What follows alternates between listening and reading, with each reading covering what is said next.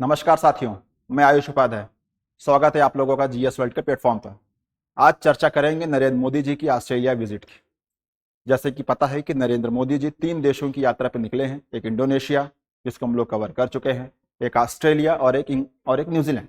तो आज ऑस्ट्रेलिया में देखते हैं क्या क्या डील हुई, क्या क्या बात हुई, किस किस चीज़ पर चर्चाएं हुई। आइए इसके बारे में चर्चा करते हैं। जो यूरेनियम डील क्या हुई है, कोकोस किलिंग आइलैंड कहाँ, इसको लेकर क्या चर्चा हुई है, रक्षा और सामरिक सहयोग के लिए क्या चर्चा हुई है, ठीक है, इंडो पैसिफिक के लिए क्यों इंपॉर्टेंट है ये, और व्यापार, तकनीक, निवेश, जो भी चीज हुई है, इन सब चीजों के बारे में आज हम लोग अध्ययन करते हैं।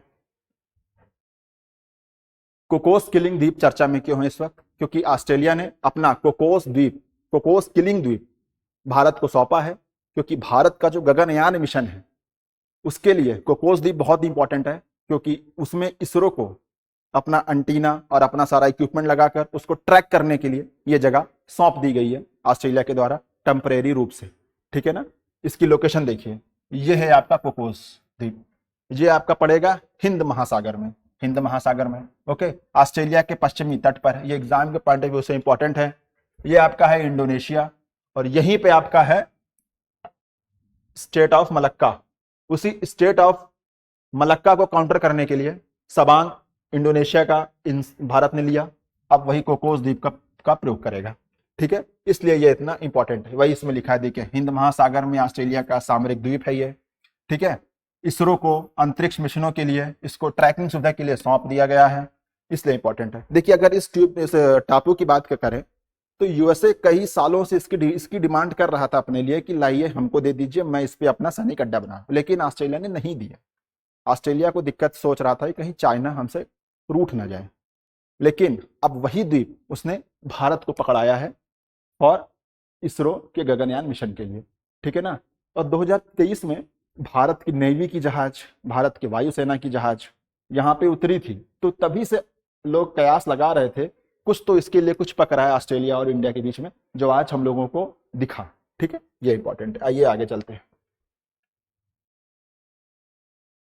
देखिए, 3 चीज है, एक कोकोस किलिंग आइलैंड है, एक कोको आइलैंड है, और एक कोकोस प्लेट है। इन तीनों के बारे में देख लेते हैं, क्योंकि एग्जाम के लिए ये बहुत कंफ्यूजिंग कर सकता है।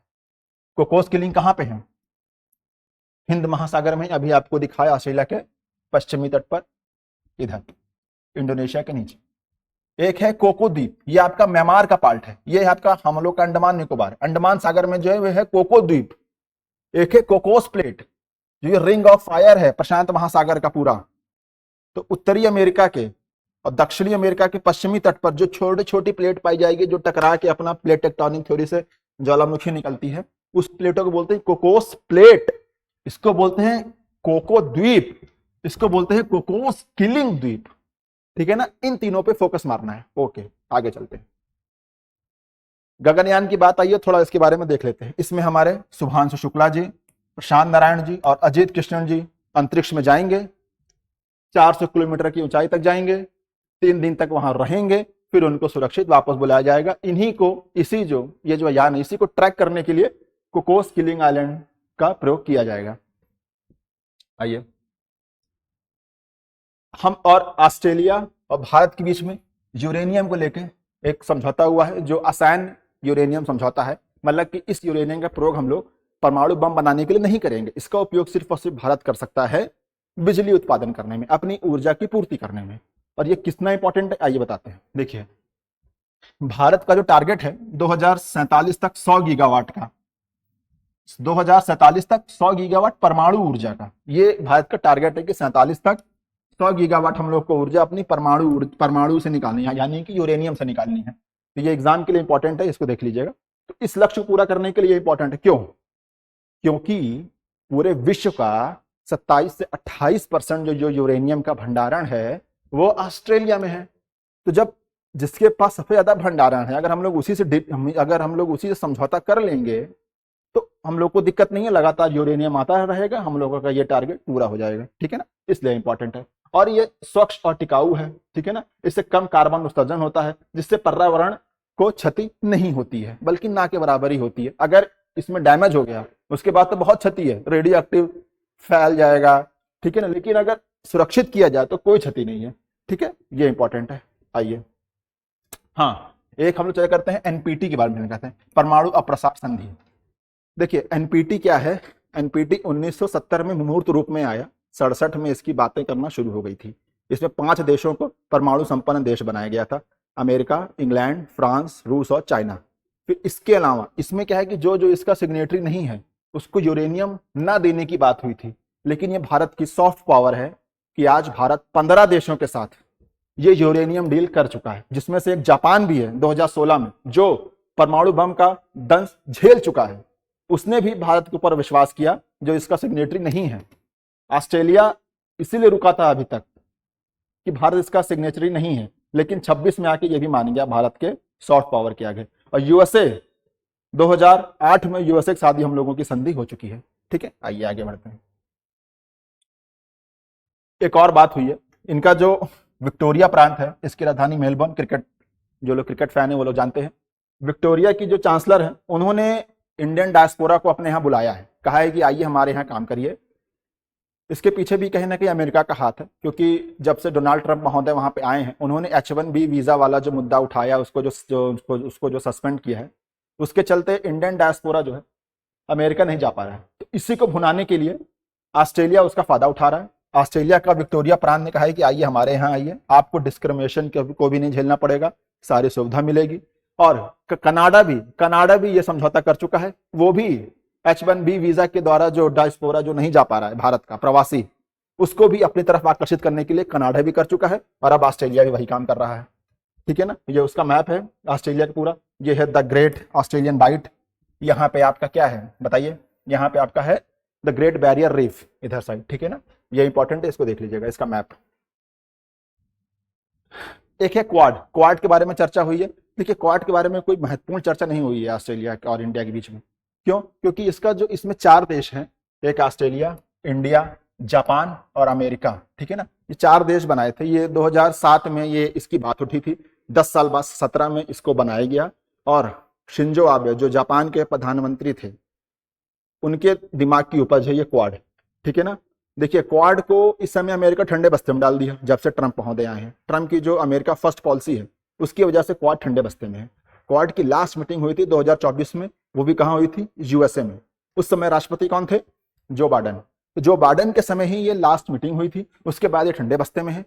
तो वही इंडिया ने कहा कोई बात नहीं, आप मत करिए क्वाड मीटिंग, हम द्विपक्षीय वार्ता कर लेते हैं। इसलिए देखिए जोड़िए, अब 1 जुलाई से 2 जुलाई के बीच में जापान की प्रधानमंत्री इंडिया आई थी, समझौता हुआ, अब भारत ऑस्ट्रेलिया पहुंच गया, हम लोग 2 पक्षीय वार्ता कर लेंगे, आप मत मीटिंग करवाइए। ठीक है ना, तो इनको इतनी अमेरिका इसको इतना इंपॉर्टेंट नहीं मान रहा है, लेकिन 2 पक्षीय वार्ता करके हम लोग इसको अभी भी बनाए हुए हैं। चलिए आगे बढ़ते हैं।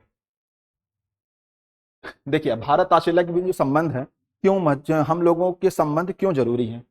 एक सामरिक और सुरक्षा साझेदारी। देखिए दोनों देश हिंद महासागर के बड़े देश हैं, हिंद महासागर में 2 ही देश बड़े हैं, एक इंडिया और एक ऑस्ट्रेलिया।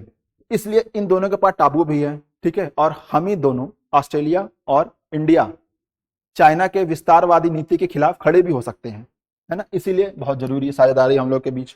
और ऊर्जा सुरक्षा और यूरेनियम आपूर्ति। क्यों? क्योंकि ऑस्ट्रेलिया के पास यूरेनियम का भंडारण है, इसलिए इंपॉर्टेंट है। खनिज संसाधन है, ठीक है ना, कैडमियम, बेरिलियम, यूरेनियम, सब सारे व्यापार हम लोग ऑस्ट्रेलिया से करते हैं। जितने भी ये खनिज संसाधन है अधिकतर हम लोग ऑस्ट्रेलिया से मंगाते हैं, हम लोग भेजते कुछ नहीं, हम लोग मंगाते ज्यादा है, इसलिए इंपॉर्टेंट है।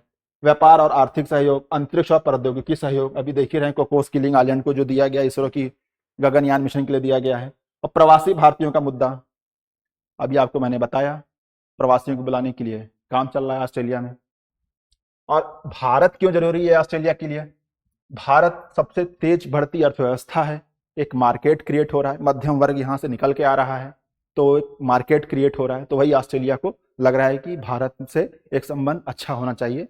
ठीक है, इंडो पैसिफिक में रणनीतिक साझेदार, वही, हाँ सबसे बड़ी बात, ऑस्ट्रेलिया उसको इंडो पैसिफिक कहता है और बहुत लोग इसको एशिया पैसिफिक कहते हैं, पर ऑस्ट्रेलिया आज भी इसको इंडो पैसिफिक ही कहता है। इसलिए इंपॉर्टेंट है ऑस्ट्रेलिया, क्योंकि वो जानता है कि हिंद महासागर में भारत और ऑस्ट्रेलिया हम ही 2 एक मजबूत देश हैं। शिक्षा और कौशल, महत्वपूर्ण खनिजों के लिए दीर्घकालीन साझेदारी, वही जो हुआ अभी यूरेनियम के लिए।